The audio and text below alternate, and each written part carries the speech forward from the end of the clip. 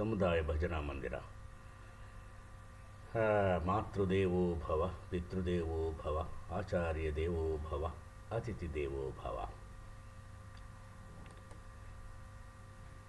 ಸ್ನೇಹಿತರೆ,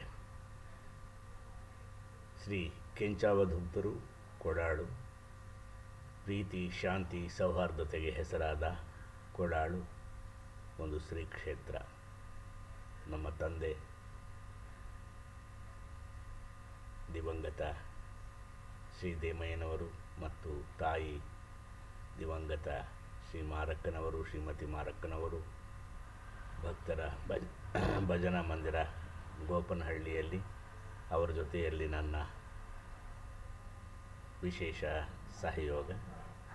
ಅದರ ಪ್ರಭಾವವೇ ಈ ದಿನ ಈ ಒಂದು ಯೋಗ ಮತ್ತು ತರಗತಿ ಕ್ಲಾಸ್ಗಳಿಗೆ ಅವರೇ ನನಗೆ ಶಿಕ್ಷಕರು. ನನ್ನ ತಂದೆ ಮತ್ತು ತಾಯಿಯರ ನೆನಪಿನಲ್ಲಿ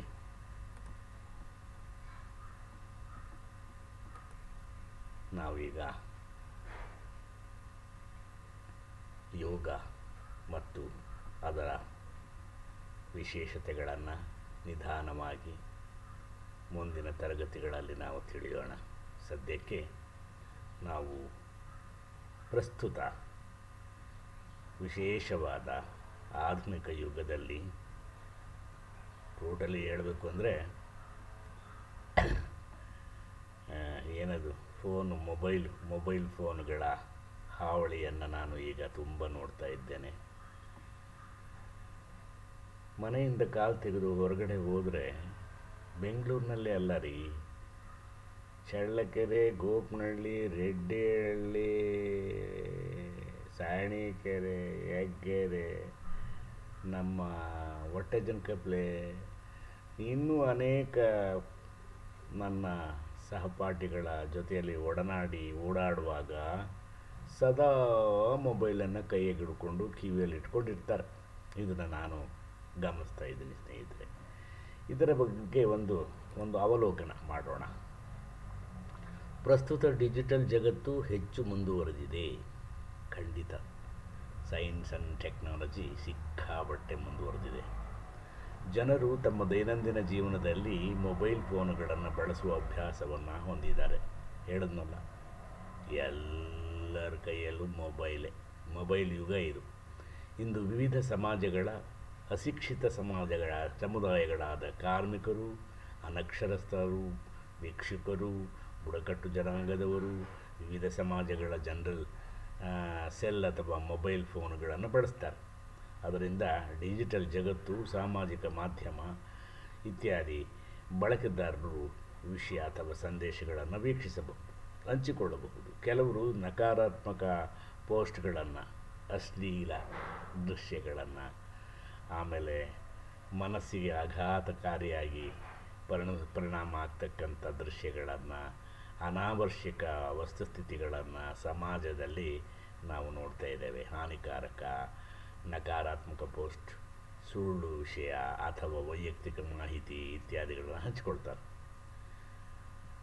ಇದರಲ್ಲಿ ಧನಾತ್ಮಕ ಮತ್ತು ಋಣಾತ್ಮಕ ಎಷ್ಟು ಅಂತಕ್ಕಂಥದ್ದು ಈ ಮೊಬೈಲನ್ನು ಬಳಸ್ತಕ್ಕಂಥವರ ವಿವೇಚನೆಗೆ ಬಿಟ್ಟಿದ್ದೇವೆ. ಸ್ನೇಹಿತರೆ, ವಿಷಯ ಏನಪ್ಪ ಅಂದರೆ, ಶಾಲಾ ಮಕ್ಕಳು ಮೊಬೈಲ್ ಫೋನ್ ಬಳಸುವ ಪರಿಣಾಮ ಏನು? ಮಕ್ಕಳಿಗೆ ಯಾಕ್ರಿ ಫೋನು?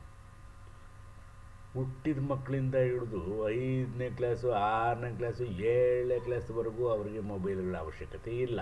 ಆದರೆ ಅವರಿಗೆ ಯಾಕೆ ಕೊಡ್ತಾರೆ ಮಕ್ಕಳಿಗೆ?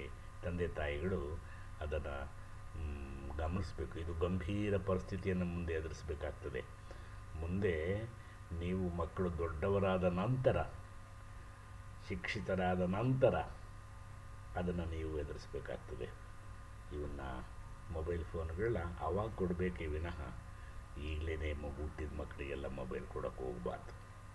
ಶಾಲಾ ಮಕ್ಕಳು ಮೊಬೈಲ್ ಫೋನ್ ಬಳಸುವ ಪರಿಣಾಮ ಮಾನಸಿಕ ಅಸಮತೋಲನ, ಮೆಂಟಲ್ ಇಲ್ನೆಸ್, ಮತ್ತು ಮಾನಸಿಕ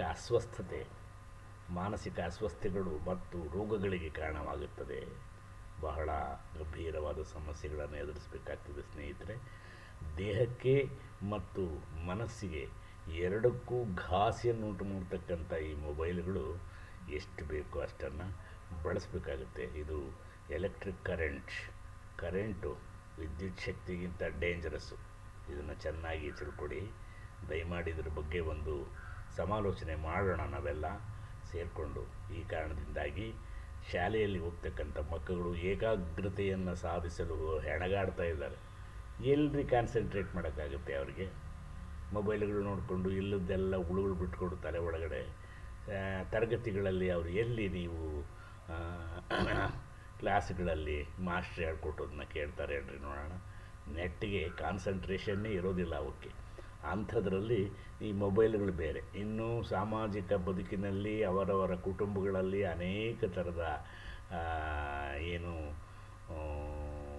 ಕಷ್ಟ ಕಾರ್ಪಣ್ಯಗಳು ಇವೆಲ್ಲ ಇರ್ತವೆ ಹಳ್ಳಿಗಳಲ್ಲಿ. ಅದರಲ್ಲೂ ಗ್ರಾಮೀಣ ಮಕ್ಕಳಿಗಂತೂ ಇದು ಬಹಳ ಡೇಂಜರಸ್ಸು. ಎಚ್ಚರಿಕೆಯನ್ನು ಕೊಡ್ತಾ ಇದ್ದೀವಿ ನಾವು. ಡಿಮೆಟ್ ಸೋಷಿಯಲ್ ಸೈನ್ಸ್ ಡಿಸಿಪ್ಲಿನ್ ಕಡೆಯಿಂದ ನೀವು ಇದನ್ನು ಗಂಭೀರವಾಗಿ ತೆಕ್ಕೋಬೇಕಾಗುತ್ತೆ. ಇದನ್ನ ಆಮೇಲೆ ಕುಸಿತಕ್ಕಂಥ ಶೈಕ್ಷಣಿಕ ಸಾಧನೆ. ಮಕ್ಕಳಿಗೆ ಜಾಸ್ತಿ ಮಾರ್ಕ್ಸ್ ಬರೋದಿಲ್ಲ, ಎಲ್ಲರೂ ಓದೋಕ್ಕಾಗಲ್ಲ. ಬಿಕಾಸ್ ಏನಪ್ಪ ಅಂದರೆ ಹೆಚ್ಚಿದ ಒತ್ತಡ ಮತ್ತು ಆತಂಕ. ಆದ್ದರಿಂದ DMET ಆವರಣದಲ್ಲಿ ವ್ಯಸನಗಳಿಗೆ ಮತ್ತು ಶಾಲೆಗೆ ಹೋಗುವ ಮಕ್ಕಳಿಗೆ ಸಲಹೆ ಮತ್ತು ಸಮಾಲೋಚನೆಗಳ ತರಗತಿಗಳನ್ನು ನಡೆಸೋದಕ್ಕೆ ಹಮ್ಮಿಕೊಂಡಿದೆ. ನೀವು ನಾಗರಿಕರು, ಗೋಪನಹಳ್ಳಿಯ ನಾಗರಿಕರು ಮತ್ತು ಸುತ್ತಮುತ್ತಲ ಹಳ್ಳಿಯ ಚಳ್ಳಕೆರೆ ತಾಲ್ಲೂಕಿನ, ಚಿತ್ರದುರ್ಗ ಜಿಲ್ಲೆಯ, ಕರ್ನಾಟಕದ ಎಲ್ಲ ಕಡೆಯಿಂದಲೂ ನಮ್ಮ ಡಿಮೆಟ್ ಸೋಷಿಯಲ್ ಸೈನ್ಸ್ ಡಿಸಿಪ್ಲಿನ್ ತರಗತಿಗಳನ್ನು, ವಿಶೇಷ ಕಾರ್ಯಕ್ರಮಗಳನ್ನು ನೀವು ಗಮನಿಸಬಹುದು ಸ್ನೇಹಿತರೆ. ಧನ್ಯವಾದಗಳು. ಯೋಗ ಮತ್ತು ವಿಜ್ಞಾನ ತರಗತಿಗಳ ಸಮುದಾಯ ಭಜನಾ ಮಂದಿರ ಮತ್ತೊಮ್ಮೆ ನಮ್ಮ ಮಾತೃಶ್ರೀಯವರಿಗೆ, ಪಿತೃಶ್ರೀಯವರಿಗೆ ನಮಿಸುತ್ತಾ, ಕೊಳಾಳು ಗುರುಗಳಿಗೆ ಗುರುಭ್ಯೋ ನಮಃ, ಶ್ರೀ ಗುರು ಕೆಂಚಾವಧೂತ ದೂತರಿಗೆ ಮತ್ತೊಮ್ಮೆ ನಮಸ್ಕರಿಸುತ್ತಾ ನಮ್ಮ ಕಾರ್ಯಕ್ರಮಗಳನ್ನು ಮುಗಿಸ್ತಾ ಇದ್ದೀವಿ. ಇದು ನಿಮಗೆ ಇಷ್ಟವಾದಲ್ಲಿ ನಮಗೆ ಲೈಕ್ ಮಾಡಿ, ಶೇರ್ ಮಾಡಿ, ಸಬ್ಸ್ಕ್ರೈಬ್ ಮಾಡಿ. ಮತ್ತೊಮ್ಮೆ ಭೇಟಿಯಾಗೋಣ. ಯೋಗ ಮತ್ತು ವಿಜ್ಞಾನ ತರಗತಿಗಳ ಸಮುದಾಯ ಭಜನಾ ಮಂದಿರಕ್ಕೆ ನಿಮ್ಮನ್ನು ಮುಂದಿನ ದಿನಗಳಲ್ಲಿ ಭೇಟಿ ಮಾಡ್ತೀನಿ. ನಮಸ್ಕಾರ.